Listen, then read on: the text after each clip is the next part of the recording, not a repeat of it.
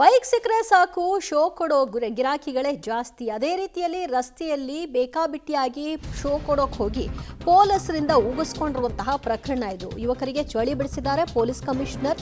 Police ಕಮಿಷನರ್ಗೂ ಕೂಡ ದಾರಿಯನ್ನ ಮಾಡಿಕೊಡದೆ ಅವ್ರನ್ನ ಸತಾಯಿಸಿರುವಂತಹ ಪ್ರಕರಣ ಇದು. ರಸ್ತೆಯಲ್ಲಿ ಗುಂಪಾಗಿ ಯುವಕರು ಬೈಕ್ನಲ್ಲಿ ಶೋ ಕೊಡ್ತಾ ಇದ್ರು.